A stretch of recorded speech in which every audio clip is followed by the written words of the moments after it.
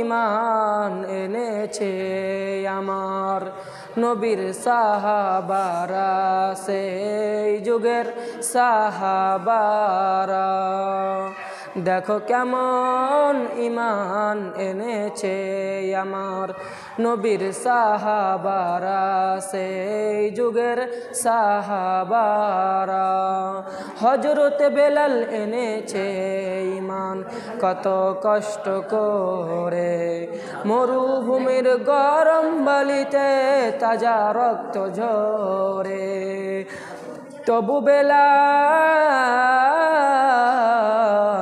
তবু বেলাল ছাড়িনি ঈমান পড়ে লা ইলাহা ইল্লাল্লাহ দেখো কেমন ঈমান এনেছে আমার নবীর সাহাবারা সেই যুগের সাহাবারা।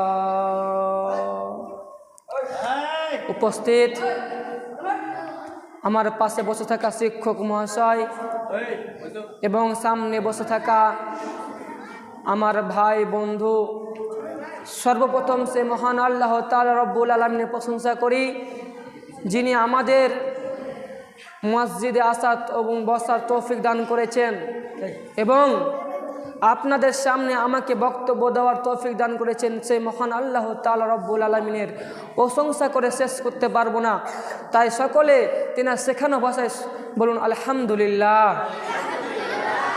তারপরে পরে নবী কুল সালামুনি ইমামুল আম্বিয়া নবী মক্কি নবী মাদানী নবী আহমদ নবী মুহাম্মদুর রাসূলুল্লাহ সাল্লাল্লাহু আলাইহি ওয়াসাল্লাম তার উপর কোটি কোটি দুরূদ বর্ষিত হোক। আল্লাহুম্মা সাল্লি আলাইহি আল্লাহুম্মা বারিক আলাইহি। মুহতারাম ভাই ও বুজুর্গ দোস্ত, আজকে আমি আপনাদের সামনে এক বিষয় কেন্দ্রিক কাজ করব, বিষয় কেন্দ্রিক বক্তব্য দেব। তা আমার বিষয় হলো ঈমান। ঈমান সম্পর্কে আমি আপনাদের সামনে বক্তব্য দিব ইনশাআল্লাহ, যদি আমার মাবুদ আমাকে তৌফিক দান করেন। আলাইহি তাওয়াক্কালতু আলাইহি মুনীব। ঈমান আমাদেরকে আনতে হবে, আল্লাহর উপরে ঈমান আনতে হবে, আল্লাহকে বিশ্বাস করতে হবে। আনতুমিনু বিল্লাহ, আল্লাহকে বিশ্বাস করতে হবে, আল্লাহ এক এটা বলে আমাদেরকে বিশ্বাস করতে হবে। ও মালাইকাতিহি, ফেরেশতাগণদের ওপরে ঈমান, তাদেরকে বিশ্বাস করতে হবে। ও কুতুবিহি, এবং কোরআনের ওপর বিশ্বাস করতে হবে, কোরআনের ওপর ঈমান আনতে হবে। আসমানি কিতাব চারখানা, তার মধ্যে একখানা সর্বশেষ কোরআন হচ্ছে কোরআন। আমরা যদি আল্লাহর ওপরেই আল্লাহকে বিশ্বাস না করি, আল্লাহর ওপরে ঈমান না আনি, তাহলে আমরা নাকাম, আমরা কামিয়াব নই। বন্ধু, আমাদেরকে ঈমান আনতে হবে। আজকে আমাদের ঈমান আর সাহাবীদের ঈমানের মধ্যে অনেক তফাৎ, অনেক পার্থক্য। তাদের ঈমান কত শক্ত ছিল, তাদের ঈমান কত মজবুত ছিল। একদিন উমাইয়ার আবু জাহেল বেলালকে মারছেন, বেলালকে পিটাচ্ছেন আর বলছেন, বেলাল তুমি শোনো।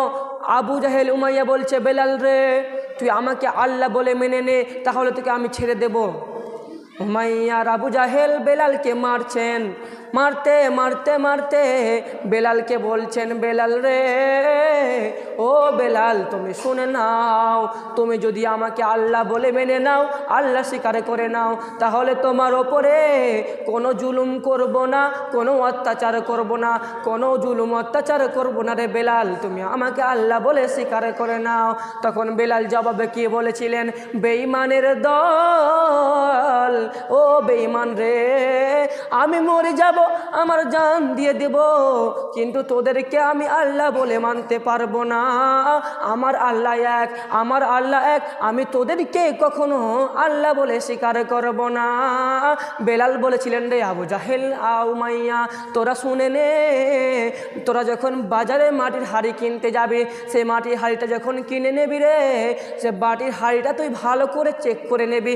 যদি সেই হাড়িটা ফাটা থাকে বা ফুটো থাকে, তুই হাড়িটা নেবি না, সে হাড়িটাকে বাজিয়ে দেখবি। সেই হাড়িটা যদি টন টন আওয়াজ করে, তাহলে হাড়িটা ভালো, কোনো সমস্যা নাই, কোনো খারাপ নাই, হাড়িটা তুই নিয়ে নিবি। যদি হাড়িটাতে আওয়াজ যদি অন্যরকম হয় কিংবা ভট ভট আওয়াজ করে, সে হাড়িটা বেকার, সে হাড়িটা তুই নেবি না।